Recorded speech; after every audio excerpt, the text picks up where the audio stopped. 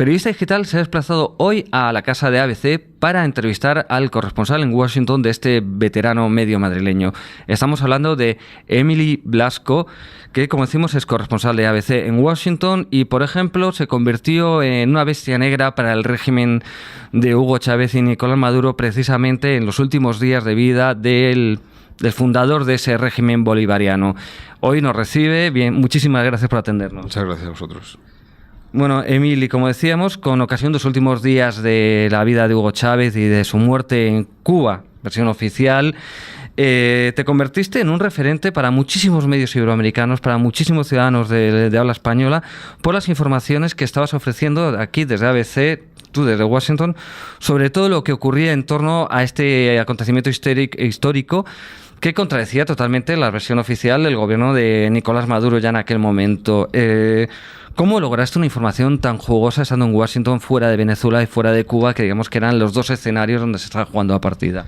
Bueno, no voy a explicar los detalles de cómo llega la información, pero el hecho de estar en Washington no es algo accidental para esos flujos de información, ¿no? En Washington, como capital, digamos, no solo de los servicios de inteligencia americanos, ¿no? Sino de otras partes que también manejan información, era un lugar interesante para llegar a tener esa información. Bueno, a ti, como decíamos, el gobierno bolivariano te señaló, te atacó tanto a ti como a tu medio, más o menos a veces se convirtió en la gran bestia negra del chavismo. De vez en cuando eligen una bestia negra entre los medios españoles, ahí le tocó, y quizás ha sido el que ha sido atacado con mayor dureza por el chavismo, ha sido el ABC. ¿Te sentiste arropado por otros compañeros de profesión española o viste qué pasaron? ¿Cómo? Bueno, al estar fuera, digamos, tampoco había mucho contacto, digamos, con el sector, la prensa en España, ¿no? Sí que, aparte, digamos, los ataques a mí también eran para la corresponsal que tenemos en Caracas, que era la que más sufría directamente la situación. Es decir, a ella, bueno, a mí podían llegar amenazas, como me llegaban por Twitter o por correo electrónico, pero bueno, estando además en un país que seguro y en el que difícilmente se pueden actuar contra mí, pues yo estaba más o menos tranquilo, ¿no? La persona, nuestra corresponsal en Venezuela, Elonila Vinogradov, sí que tuvo más miedo, situaciones más complejas, y sí que hubo arropo por parte nuestra, desde aquí, digamos, desde Madrid, como de otros medios allí para ella, ¿no? ¿Y te consta si desde el gobierno español hubo algún contacto con esta casa, con ABC, para mostrar su apoyo? ¿Hubo algún interés en la situación? No lo sé en cuanto a, digamos, a problemas de seguridad o amenaza. Sí que consta que había interés por saber la realidad de lo que se explicaba, es decir, cuál era el estado real de Chávez, ¿no? Sí que hubo interés por parte del gobierno. Otras informaciones referidas al chavismo que tú has ofrecido son relativas a la Fundación Centro de Estudios Políticos y Sociales, sus vínculos con el gobierno de Caracas, fundación de la que forma parte Pablo Iglesias, el famoso profesor y tertuliano, y de la que igual pues Iglesia General también informa en alguna ocasión sobre los fondos que recibía, en concreto un contrato de 320.000 euros. Que esta fundación es un instrumento del chavismo en España. ¿Cuál es la relación que existe entre el gobierno chavista y esta fundación? La fundación presta, o ha venido prestando desde tiempos iniciales, asesoría política, de formación de cuadros al régimen, digamos, al gobierno venezolano y también a otros gobiernos del área, ¿no? Pues de Ecuador y de otros, digamos, bolivarianos y no bolivarianos de Sudamérica. Entonces, digamos, lo que ofrece la fundación es pues una materia gris de personal más o menos cualificado, digamos, hay catedráticos, hay gente que se ha especializado en el ejercicio de la política y ha venido prestando asesoría, en algún caso no solo, digamos, con estudios desde aquí, desde Valencia, básicamente donde está la sede de la fundación, aunque muchos de los que forman parte de ella no están en Valencia, ¿no? Y luego desplazando a algunas personas allí, ¿no? Digamos, manteniendo una consultoría muy directa en el día a día y incidiendo mucho en muchas cosas, digamos, estratégicas y tácticas del gobierno, ¿no? Al revés, no diría yo que hay digamos, una influencia directa, digamos, como que desde el chavismo se articule o se quiere incidir a través de la fundación en cosas de España, ¿no? Sí es cierto que la fundación, pues digamos, es una fundación de izquierda y que mueve el pensamiento de izquierda en España, y por tanto esos ambientes han apoyado el chavismo, seguían apoyando a Maduro. Cuando en un momento el gobierno venezolano necesitó también de apoyos internacionales en la calle, aquí algunas veces pues también digamos, desde la fundación o personas que forman parte de la fundación, pues digamos, apoyaron ese tipo de manifestaciones de apoyo al gobierno venezolano. No, todos estos servicios no los hace gratuitamente, supongo.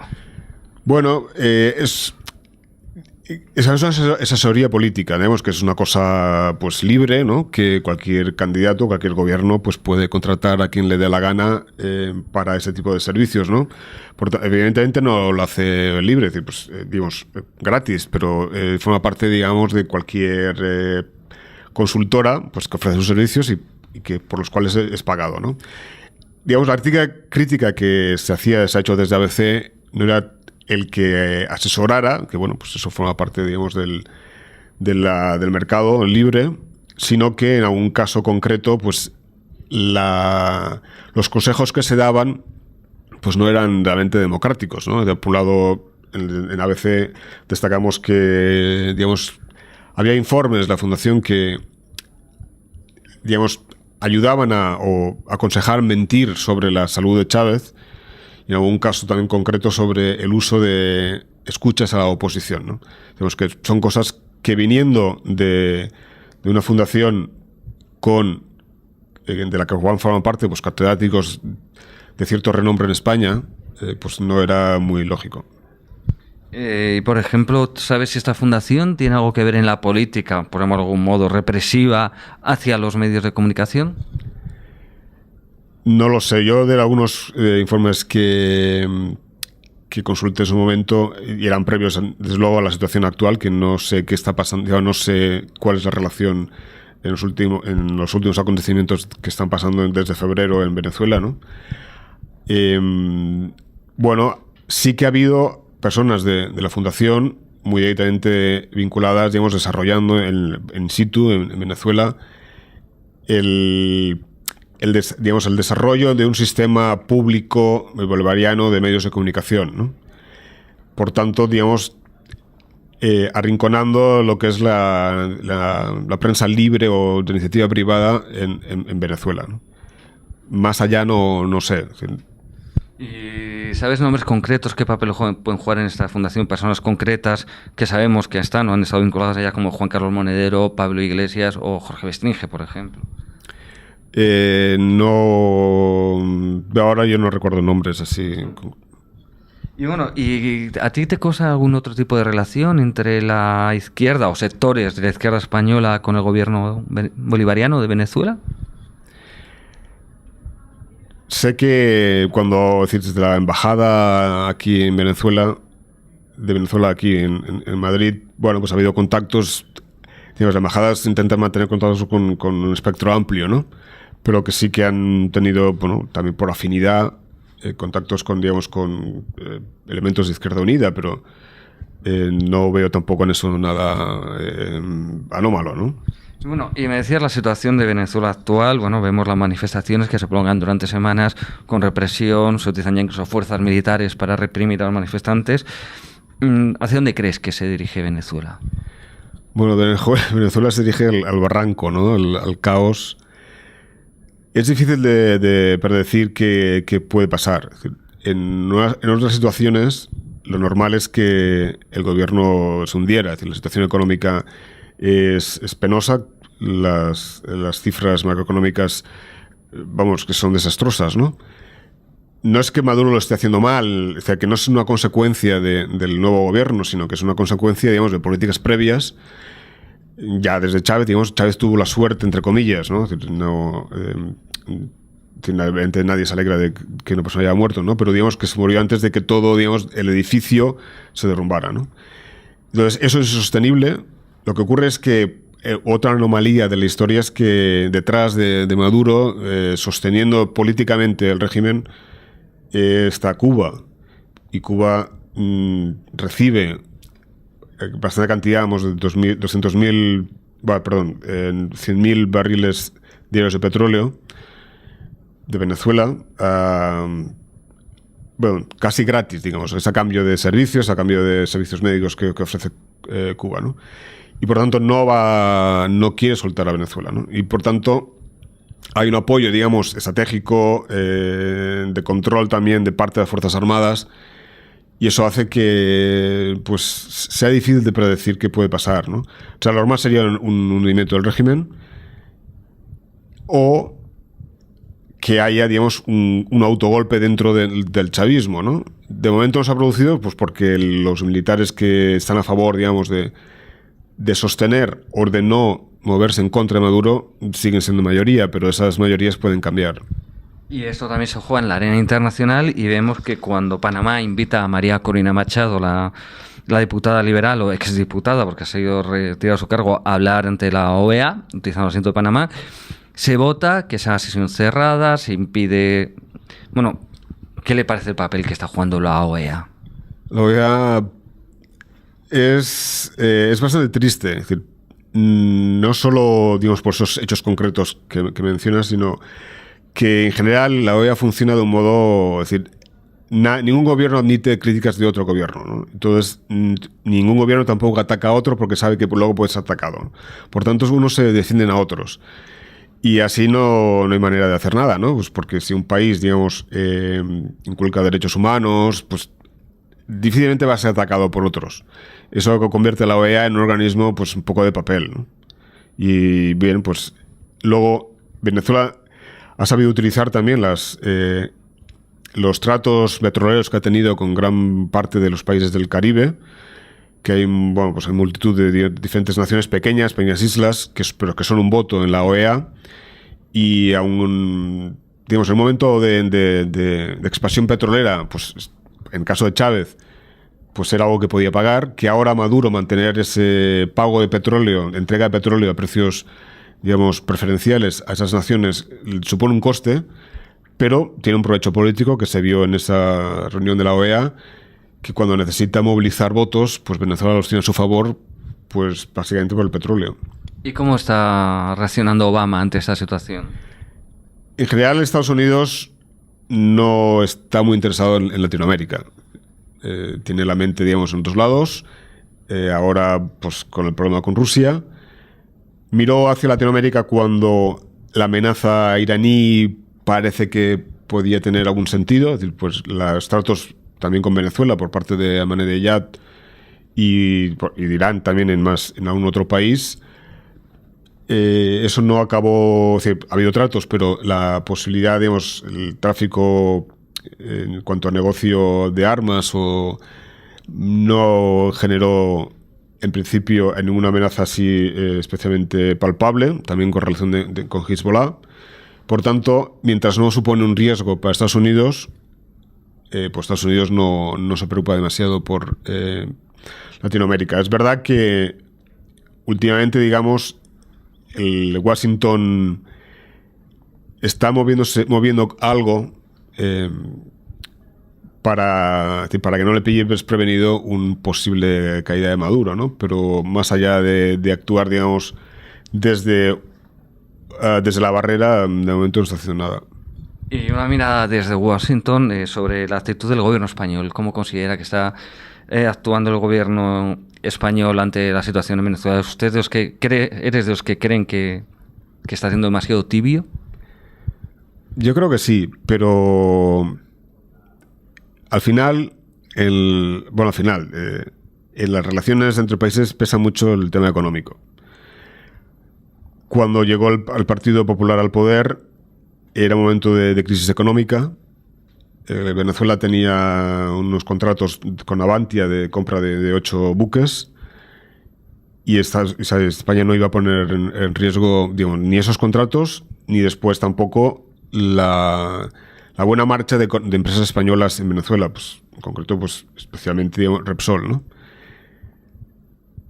Cuando llegó las elecciones del 2013, de abril de 2013, en las que se dio oportunidad ganador a Maduro, España se movió un poco, ¿no? Estuvo ahí cuestionando, porque internacionalmente se cuestionaba el resultado, pero enseguida se arrugó. Y desde entonces, pues, digamos que España ha reaccionado a veces con malas manos, o sea, con enfado, pero ha sido cuando ha sido reaccionando a cosas críticas, también salidas de tono por parte de Maduro, ¿no? O de Caracas, del gobierno. Cuando el gobierno, digamos, ha estado más tranquilo, pues España tampoco ha levantado la voz y no parece que vaya a haber ningún cambio de momento ahí, ¿no?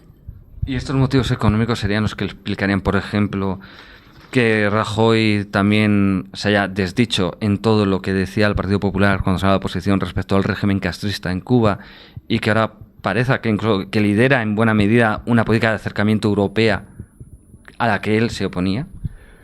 Sí, yo creo que sí, que el tema económico es importante y más en una situación de crisis económica, ¿no? Estamos saliendo de ella, puede llegar un momento en el que ya no sea tanta prioridad y un gobierno pueda estar pensando en otros mecanismos.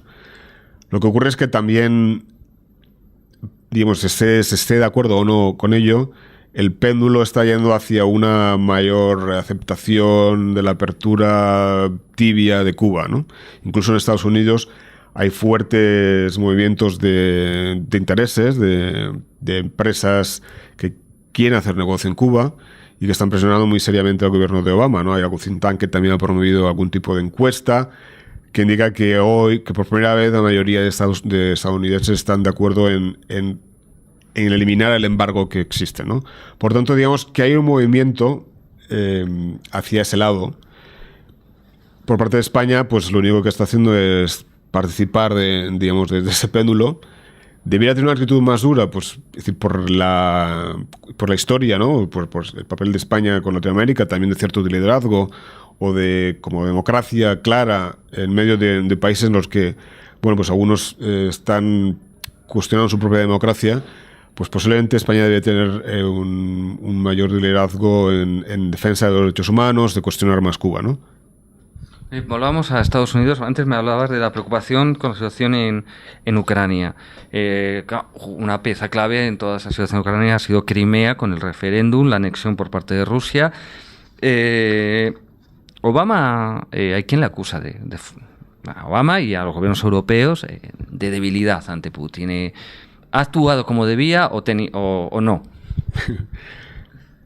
Yo creo que no. No en el caso concreto, digamos, de Crimea, sino que viene de atrás. Obama se percibe a sí mismo como su liderazgo, como un liderazgo, a veces lo ha dicho él, de liderar desde atrás, ¿no? Más de coordinador, más que asumir el papel que el espacio internacional le da a Estados Unidos de liderazgo fuerte. Entonces, bueno, pues en eso uno puede ser... Obama pues lo percibe de otra manera. Él cree que Estados Unidos ha de tener un liderazgo amable en medio, digamos, de la ONU o de movimientos más generales en el que Estados Unidos pues tiene su posición y en el que se ha escuchado pues por la autoridad que todo el mundo le reconoce, pero no más allá, ¿no? Y después ha percibido a sí mismo también como un presidente de Estados Unidos en el momento de regresión, digamos, de presencia militar en el mundo, ¿no? Entonces, eso va por ciclos. Históricamente en Estados Unidos, a un ciclo, digamos, de mayor presencia de guerras fuera, ha habido un momento, digamos, de retraimiento, no solo del gobierno, sino de la propia sociedad americana que no quiere saber nada de fuera. Y eso está pasando ahora. También en sectores del Partido Republicano, pues hay voces que pues hablan del aislamiento, de no querer saber nada de enviar tropas. No ya de enviar tropas, sino de incluso tener una posición fuerte en el exterior, ¿no? Entonces, el presidente puede, en virtud, digamos, de ese liderazgo que se reconoce en el país, puede intentar cambiar la marcha de las oleadas, pero en el caso de Obama asume plenamente ese retraimiento y lo ha apoyado, ¿no? Entonces, eso ha dejado libres espacios de poder, y Rusia, en el caso de Rusia, digamos que actúa claramente con los instintos tradicionales de los movimientos de las potencias en el mundo, de la geopolítica, pues ha visto hueco y ha pasado. Creo que fue un columnista de esta casa el que decía que Obama, al haber anunciado que si se utilizaban armas químicas en Siria, Estados Unidos actuaría.